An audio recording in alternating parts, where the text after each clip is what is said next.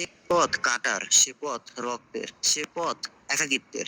নারুটোভার্সের তেমন এক ক্যারেক্টার যার নাম শুনলেই গায়ে কাটা দেয়। The last Uchiha সাসকে Uchiha. একটা নাম, একটা স্টোরি, একটা স্যাক্রিফাইসের প্রতিচ্ছবি। আজকের ভিডিওটা হয়ে যাচ্ছে দ্য লাইফ অফ সাসকে উচিহা। তো শুরু করা যাক। সাসকে জন্ম নেয় লিফ ভিলেজের এক অভিজাত ক্ল্যান উচিহা ক্ল্যানে। তার বাবা ফুগাকু ছিল একজন কঠোর নেতা, কিন্তু সাসকের চোখ সবসময় ছিল একদিকেই, ইটাচি।